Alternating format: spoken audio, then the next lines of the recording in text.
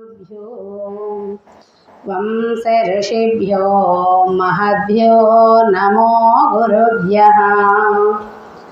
ओम गुरुर्ब्रह्मा गुरुर्विष्णु गुरुर्देवो महेश्वरः गुरुर्साक्षात् परब्रह्मा तस्मै श्री गुरवे नमः। ओम गुरवे सर्वलोकानां भिषजे भवरोगिणां निधये सर्वविद्यानां दक्षिणामूर्तये नमः। ओम सर्वोपनिषदो गावो दुग्धा गोपालनन्दनः पार्थो वत्स सुधीर्भोक्ता दुग्धं गीतामृतं महत्। ఓం శ్రీ గురుభ్యో నమః. గురుదేవుడు అందించినటువంటి మనకి చాతుర్మాస్య కార్యక్రమంలో భగవద్గీత విధానంలో మనం రోజు సాగించేటువంటి ప్రవచన మార్గంలో 6వ అధ్యాయం 8వ శ్లోకంగా జ్ఞాన విజ్ఞాన తృప్తాత్మా కూటస్థో విజితేంద్రియః యుక్త ఇత్యుచ్యతే యోగి సమలోష్టాస్మకాంచనః. మనకి శ్రీకృష్ణ పరమాత్మ చెప్పినటువంటి భగవద్గీతలో ఒక మనిషి ఎలా ఉండాలి, ఎలా ఆచరించాలి, మొదటిది అసలు ఎలా ఉండాలి, ఉన్నటువంటి మనిషి ఏ విధానమైనటువంటి విధానంలో ఆచరించాలి, దేన్ని తెలుసుకోవాలి, తెలుసుకున్న దాంట్లో తాను ఎలా పాటించి ఆనందాన్ని పొందాలి అనేటువంటి ప్రతి వాక్యాన్ని మనకు చెప్పడం జరుగుతుంది. ఇక్కడ మొదటగా జ్ఞానము అని అంటే మనం చెప్పుకున్నాం తెలుసుకోవడము అని. తెలుసుకోవడం అని చెప్పేసి వంట పదార్థాలలో మనం ఒకటి తినాలనుకున్నామని చెప్పేసి తినాలనుకుంది మైసూరు పాకు. ఇప్పుడు చాలా ఈజీగా వచ్చింది కదా, సెల్లులు కొట్టుకుంటే ఎక్కడైనా సరే దాని రెసిపీ ఎలా తయారు చేయాలి అనగానే మనకి ఆ రెసిపీకి ఏదేది అవసరమో, ఎలా చేయాలో, ఎంత క్వాంటిటీ కలిగి ఉండాలో, దాన్ని ఏ విధానంగా వండాలో అనేటువంటి విషయం చెప్తున్నారు. అది తెలుసుకోవడం వల్ల ఒక ఆమె పాపం పుస్తకం చూసిందట, దేనికి టీ పెట్టడం కోసం. తెలుసుకుంది కదా టీ ఎలా పెట్టాలి,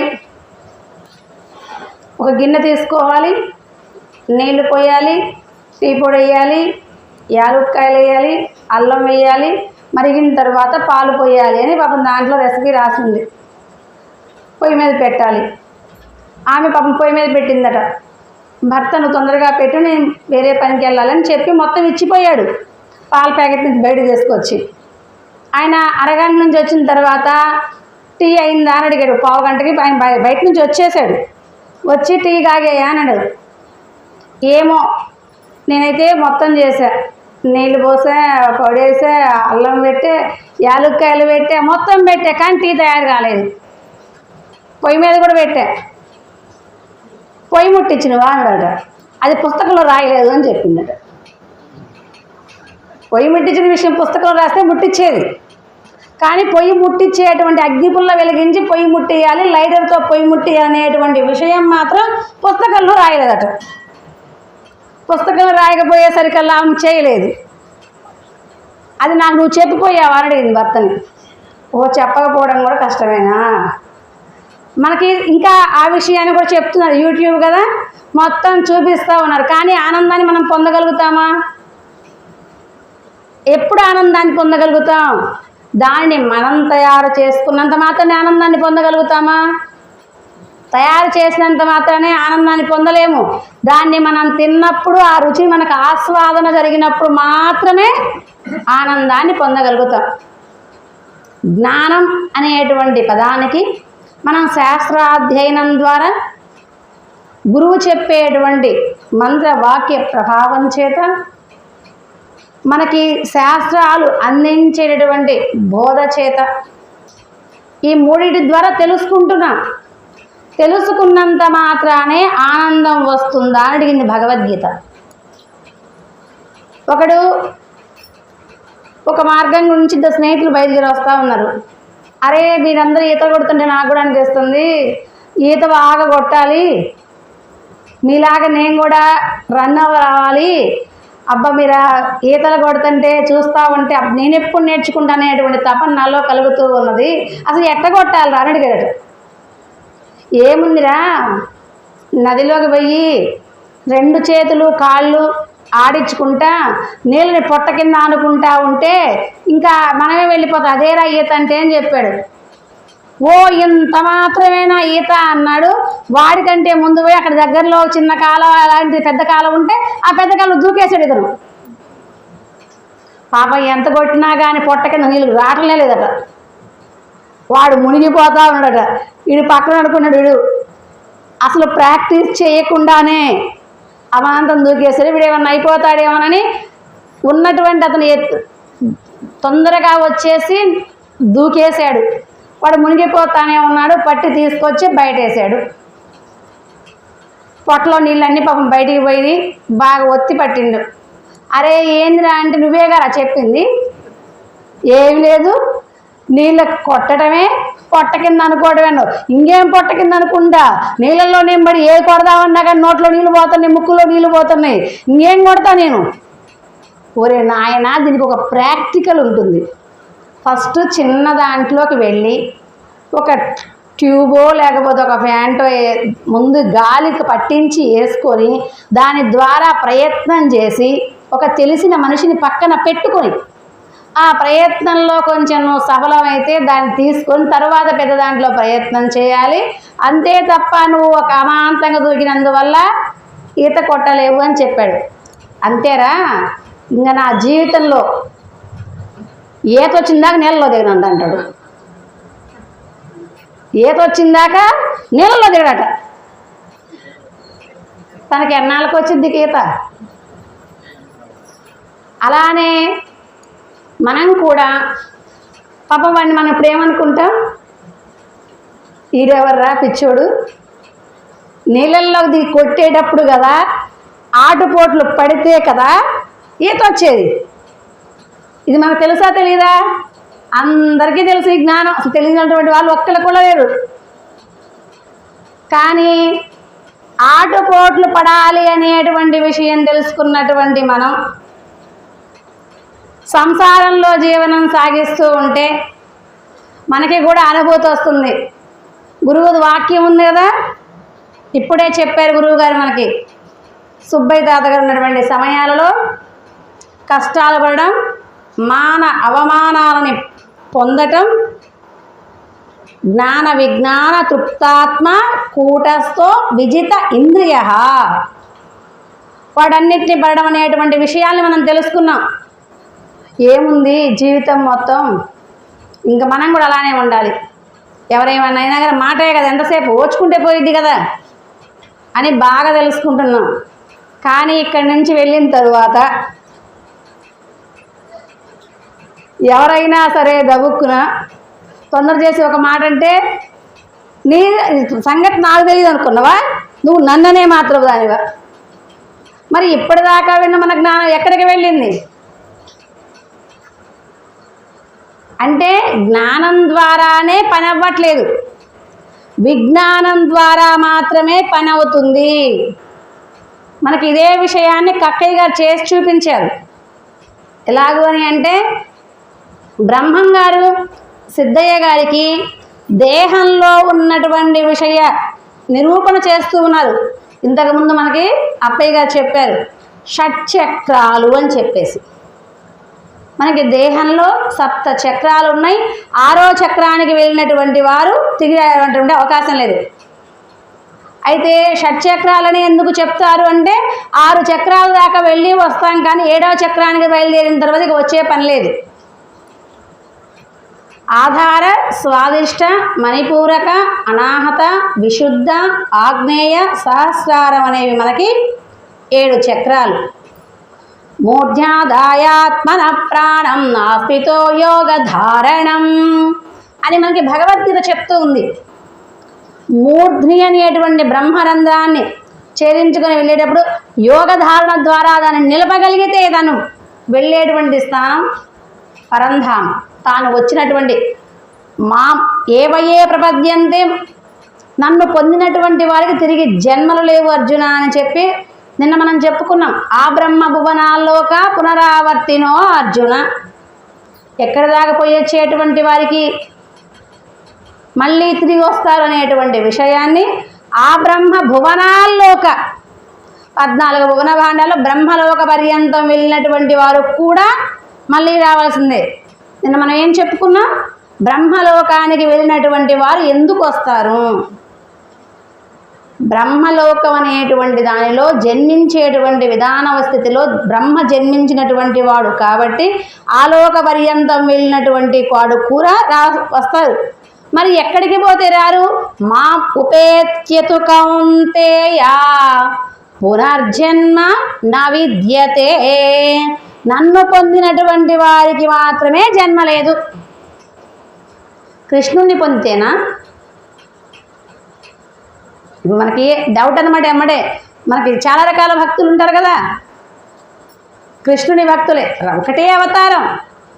కానీ తాను ఏ రూపాన్ని తెలుసుకొని గ్రహించాలి అనుకుంటున్నాడో ఆ రూపంలో వస్తే తప్ప ఏ రూపంలో వచ్చినా కూడా నచ్చరు.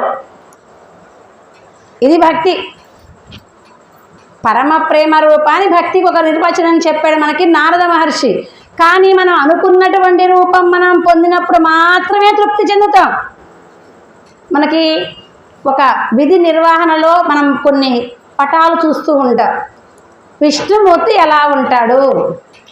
శంకు, చక్రం, గద ఇవన్నీ ఉన్నప్పుడు మాత్రమే మనకి విష్ణుమూర్తి అని లెక్క. ఆ రూపాలతో గనక రాకుండా మనలాంటి రూపంతో విష్ణుమూర్తి ఒకవేళ మన ఇంటికి వచ్చిన పటంలో చూపించేటువంటి రూపం ఇది కాదు కాబట్టి మనం దాన్ని యాక్సెప్ట్ చేయలేము అసలు. ఎందుకని? నేను పటంలో చూసినటువంటి నీ రూపం వేరు, కానీ నీవు నాకు కనిపించినటువంటి రూపం వేరు. ఇది మనకేనా? కాదు. మనకి చైతన్య మహాస్వాముల వారు ఉన్నటువంటి సమయంలో కూడా ఆయనకి నారాయణుడు రాముని రూపంలో దర్శనమయ్యాడు. ఆయన రూపంలో దర్శనటువంటి రాముడిని చూసినటువంటి చైతన్య మహాప్రభుల వారు, స్వామి ఇప్పుడు ఎవరిని చంపాలయ్యా ఈ కోదండం తీసుకుని నీవు బాణం పట్టుకొని వేసేటువంటి వారు ఎవరు లేరు కదా, రావణాసురుడు లేడు కదా, అక్కడ ఉన్నటువంటి కరదూషణాదులు లేరు కదా, నాకెందుకయ్యా ఈ కోదండ దర్శనం? నాకు ఈ దర్శనం కాదు, నేను అనుకున్నటువంటి ఫ్లూట్ తోటి ఉండేటువంటి నీ రూప దర్శనంతో కృష్ణ రూపంలో నాకు కనిపించవయ్యా అని కోరాడు. అంటే మనం ఏ రూపాన్నైతే మనసు లోపల ఎంచుకుంటామో ఆ రూపం మనకు కనిపించినప్పుడు మాత్రమే మనకు ఆనందం. ఇలాంటి విధానంగా జ్ఞానాన్ని పొందుతూ ఉంటాం. అలానే బ్రహ్మం గారు సిద్ధయ్య గారికి షట్చక్ర నిరూపణ అన్నటువంటి విషయాన్ని చెప్తూ ఉన్నారు. చెప్తూ ఉంటే చాటుగా విన్నాడు కక్కయ్య గారు. మనం కూడా గురువుగారు చెప్తుంటే వింటాం. దేహో దేవాలయ ప్రోక్త జీవో దేవో సనాతన. ఆహా, మన దేహమే దేవాలయం అట, ఇంకా దేవాలయం పనే లేదు. ఈ జీవుడు ఇప్పుడు వాడు కదా సనాతనుడ, ఇంకా మనం ఎప్పుడు ఉండిపోతాం? ఎవరికి దేహం దేవాలయం? త్యజేత్ అజ్ఞాన నిర్మాల్యం. అజ్ఞానం అనేటువంటి నిర్మాల్యం అయినటువంటి సమయంలో వెలుగు స్వరూపం కనిపించినటువంటి వారికి దేహం దేవాలయంగా కనిపించడానికి మార్గం.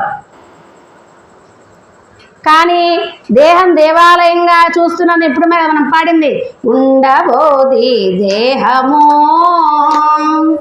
ఓ మనసయేలా కొండ వంటిది మోహమో.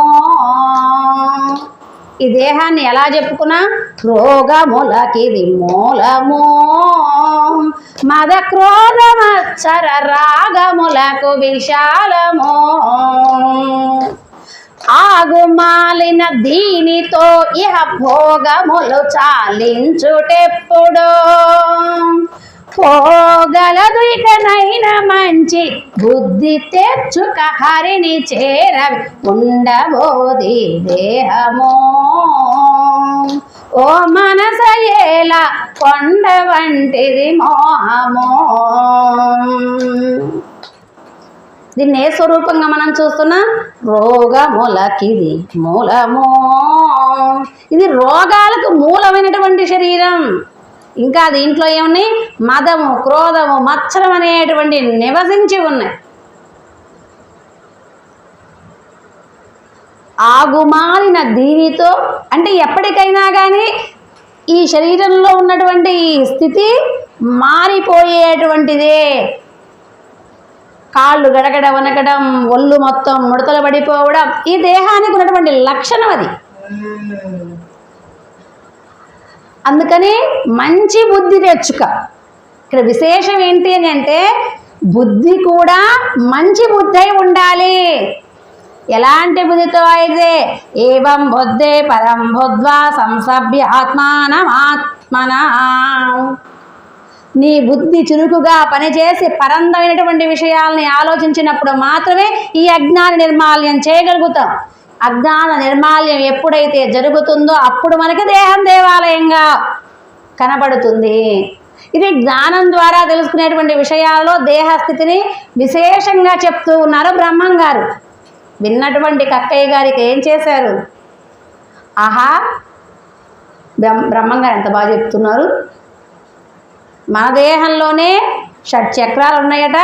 ఆధారమైనటువంటి స్థానమైనటువంటిది గుదస్థానంలో ఉన్నటువంటి దానికి విఘ్నేశ్వరుడు అధిపతి అయి ఉన్నాడట. ఎప్పుడున్నాడు? సర్వకాల సర్వావస్థల యందు ఉన్నాడు. దీంట్లో మళ్ళీ 600 సార్లు హంస జపం జరుగుతూ ఉందట. మనకి రోజుకి మనం చేసిన చేయకపోయినా అజపగాయత్రి అనేటువంటి పదంతో శ్వాస వెళ్తూ వస్తూ ఉన్నది 21,600 సార్లు. ఈ 21,600 సార్లు జరిగేటువంటి శ్వాస విఘ్నేశ్వరుడి స్థానంలో 600 సార్లు జరుగుతూ ఉన్నది అని మనకి షట్చక్ర నిరూపణలో బ్రహ్మంగా చెప్తూ ఉన్నాడు. స్వాదిష్టాన చక్రంలో బ్రహ్మదేవుడు ఉన్నాడు. మణిపూరక చక్రంలో విష్ణుమూర్తి ఉన్నాడు. అనాహత చక్రంలో ఈశ్వరుడు ఉన్నాడు. విశుద్ధ చక్రంలో జీవుడు ఉన్నాడు. ఆగ్నేయ చక్రంలో స్వయం ప్రకాశుడు ఉన్నాడు. సహస్రార చక్రంలో పరమాత్మ ఏకస్థితిలో ఉన్నాడని మనకి బ్రహ్మంగా చెప్తూ ఉంటే విన్నాడు. ఇప్పుడు దాకా నేను ఎక్కడికి పోతే దేవుడు దొరుకుతాడో, అసలు దేవుడి రూపం ఎట్లా ఉంటుందో, దేవుడు ఎన్ని పదాలతో ఉండని దానికోసం వెళ్తే నాకు ఎక్కడా కారణం లేదు. మన దేహంలోనే ఉన్నాడా నేను చూడాలి. మరి నేను చూడాలంటే ఇప్పుడు నా శరీరాన్ని కోసుకుంటే నేను ఎలా చూస్తాను అని చెప్పి దాని భార్య అయినటువంటి ముత్తిని నరకడం ప్రారంభం చేశాడు. మొదట గుదస్థానం, తరువాత బొడ్డు స్థానం, తరువాత హృదయ స్థానం, ఇవన్నీ కోసుకుంటూ వెళ్ళాడు. ఎక్కడా కాని రాలేదు. అయ్యయ్యయ్యయ్యో స్వామి చెబితే అంతా మాయే. ఏ రూపంలో చూస్తే కారణం వస్తాడనేటువంటి బ్రహ్మంగా చెప్పినటువంటి స్థాయిని తను వినలేదు. అసలు ముందు జ్ఞానం తెలుసుకునేదైనా పూర్తిగా తెలుసుకున్నాడా? వాడు ఎలాగైతే నీళ్ళల్లోకి పోయి ఈత కొడితే చేతులు కాళ్ళు కదిలించి పొట్టక నీళ్ళ కిందకి వస్తే ఈత వచ్చిందని చెప్పడం విని ఎలాగైతే నదిలో దూకేశాడో, వాడికి ఎలాగైతే ఈత రాకుండా పోయిందో, అలానే కక్కయ్య గారు కూడా చాటుగా విన్నటువంటి పదాలలో ఆ రూప స్థానాన్ని పొందేటువంటి మార్గాన్ని వినకుండా, జ్ఞానం కదా, జ్ఞానం అంటే తెలుసుకోవడం. గురువులు అబద్ధం చెప్పరు కదా. అదే గురువు 2 పాయింట్స్ని చెప్తారు. అది సమయ సందర్భాన్ని బట్టి వాడాలనేటువంటి విషయం మరి మన బుద్ధికి తోచాలి కదా. మొదట ఆ లక్ష్యాన్ని వినకుండానే తన భార్యని నరికి వేయడం జరిగింది. తనకు అప్పటికి ఏమనిపించింది? గురువుగారు చెప్పేది అంతా అబద్ధాలే, వీళ్ళంతా ఇట్లా కాషాయ బట్టలు వేసుకొని మోసం చేయడానికి మాత్రమే 10 మందిని కూడబెట్టుకొని తన సంసారాన్ని జరుపుకోవడం కోసం మాత్రం ఇలా మాట్లాడుతున్నారు. ఇటువంటి వారిని బ్రతకనిస్తే లోకం మొత్తం ఆగమైపోతుంది. ఇప్పుడు నాకు తెలియకపోగా గురువుని మొత్తాన్ని అబద్ధం చేసి ఆ చెప్పినటువంటి మాట చెప్పినటువంటి అతనిని నరికివేయాలి అనేటువంటి పదానికి వచ్చేసాడు మనకి కక్కయ్య గారు. నువ్వు ఇలా చేస్తావా అని చెప్పేసి అక్కడి నుంచి వచ్చి వాళ్ళ మీద అరవడం, బ్రహ్మంగారు నరకపోవడం చేయడం, ఆ నరికేటువంటి కత్తికి బ్రహ్మంగారు తెగకపోవడం, ఇవన్నీ చూసినటువంటి కక్కయ్య గారికి ఆశ్చర్యం వేసింది. అసలు ఎవరు నువ్వు, నా మీద కత్తి ఎందుకు తీసుకోవచ్చు, అసలు నీ పరిస్థితి ఏంటి స్వామి? ఇలాక మీరు సిద్ధయ్య గారికి మనకు 6 చక్రాలు ఉన్నాయి, బొడ్డు కింద ఒక ఆయన, బొడ్డు పైన ఒక ఆయన అని మీరు చెప్తున్నటువంటి మాటలు నేను కాస్త విన్నాను. ఆ విన్నటువంటి మాటలతోటి ఆ విష్ణుమూర్తిని, బ్రహ్మదేవుణ్ణి, గణపతిని, ఈశ్వరుణ్ణి ఆ జీవుడు ఎలా ఉంటాడో మరి వాడి స్థానం నాకు తెలియదు కదా. అందుకని వాడున్నటువంటి స్థానం మొత్తాన్ని నరికివేశారు. ఎక్కడ రక్తం ఏరులై పారుతుంది తప్ప, కాలం కడుతుంది తప్ప ఒక్క దేవుడు కూడా నాకు కనిపించలేదు. నేనెప్పుడు చెప్పాను నరకం నీకు? మరి నేను చెబితే చేయవచ్చు నువ్వు అలా కూడా. మరి నేను చెప్పలేదుగా, చెప్పకుండా నువ్వు ఎందుకు చేసావు? ఏమో నువ్వు చెప్పినావు నేను చేసినా. ఒరే నాయన, అలా చేస్తే నెత్తులు తప్ప ఏం కానలేదు, మాంసపు కండాలు తప్ప అస్తులు తప్ప ఏమీ కానరావు. సహస్రారం ఛేదించుకొని పోతే రమణ మహర్షి దివ్య తేజస్సుతోటి వెళ్ళినటువంటి ఆయన తేజస్సు మనకి అరుణాచల ప్రదేశంలో గిరిశిఖరాన్ని చేరడం, ఇవన్నీ మనం విన్నాం. అట్లా అని మనం ఎవరైనా సహస్రాన్ని పగలగొడితే మనకి యాక్సిడెంట్లో చాలామందికి పగులుతూ ఉండే, వాళ్ళందరికీ సహస్రార చక్రం పగిలినట్లేనా? యోగ మార్గ స్థితిలో పోయి దానికి నిక్షిప్తం చేసి దాని ద్వారా వెళ్ళినటువంటి తేజస్సుకు మాత్రమే మాముపేత్తితు కౌంతేయ. ఇక్కడ ఉన్నటువంటి వారికి ఎవరికి ఆ స్థాయి రాదు అని.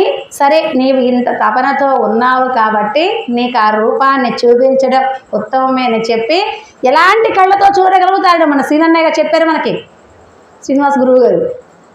దివ్యం దదామి తే చక్షు, అదే భగవద్గీత చెప్పినటువంటి విషయాన్ని చెప్పారు.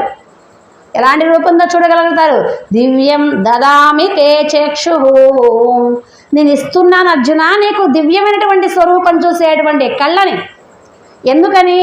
ఒక్క సూర్యుడిని చూడడానికి మన కళ్ళు పగలపూట చాలట్లేదు, కానీ పరమాత్మ కోటి సూర్యుల తేజస్సుతో వెలిగేటువంటి స్వరూపం కలిగినటువంటి వాడు.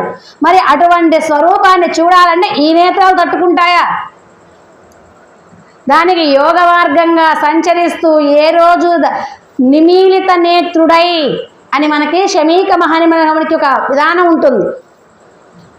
ఆ నిమీలిత నేత్రంతో ఎవరైతే చూడగలిగి దాంట్లో వీక్షణ చేయగలుగుతారో ఆ సూక్ష్మ గ్రాహాన్ని అందుకొని లోనికి వెళ్ళినటువంటి వారికి దర్శనం. కానీ ఈ నేత్రాలతో చూద్దామంటే ఆ దర్శనం అవ్వదు. అందుకని బ్రహ్మంగారు కూడా తనకి దివ్యం దదామి తే చక్షు అనే విధానంగా అక్కయ్య గారి కూడా రూపాన్ని అందింపజేసి ముత్తిగా ఉన్నటువంటి ఒక గుడ్డ ఆమె మీద పరిచి ఉన్నటువంటి దైవ స్వరూపాలైనటువంటి చక్రాల విధానాన్ని చూపించడం జరిగింది. అంటే ఎప్పుడు మరి తృప్తి పొందాడు? జ్ఞానం విజ్ఞాన సహితం. జ్ఞాన విజ్ఞాన తృప్తి ఆత్మ. విజ్ఞానంతో ఉన్నప్పుడు మాత్రమే తృప్తి పొందగలుగుతామే, కానీ జ్ఞానం ద్వారా తృప్తి పొందలేము. తృప్తి పొందినట్లుగా భావిస్తాం. ఎప్పుడు జ్ఞానం స్థిరత్వాన్ని పొందుతుంది అని అంటే విజ్ఞానం కలిగినప్పుడు మాత్రమే. సరే, విజ్ఞాన స్థితిని, కూటస్థ స్థితిని, విజితేంద్రియ జితేంద్రియ ఎలా ఉంటాడనేటువంటి స్థితిని రేపటి విషయంలో చెప్పుకోవడానికి ప్రయత్నం చేద్దాం. అంతవరకు ఓం తత్సత్.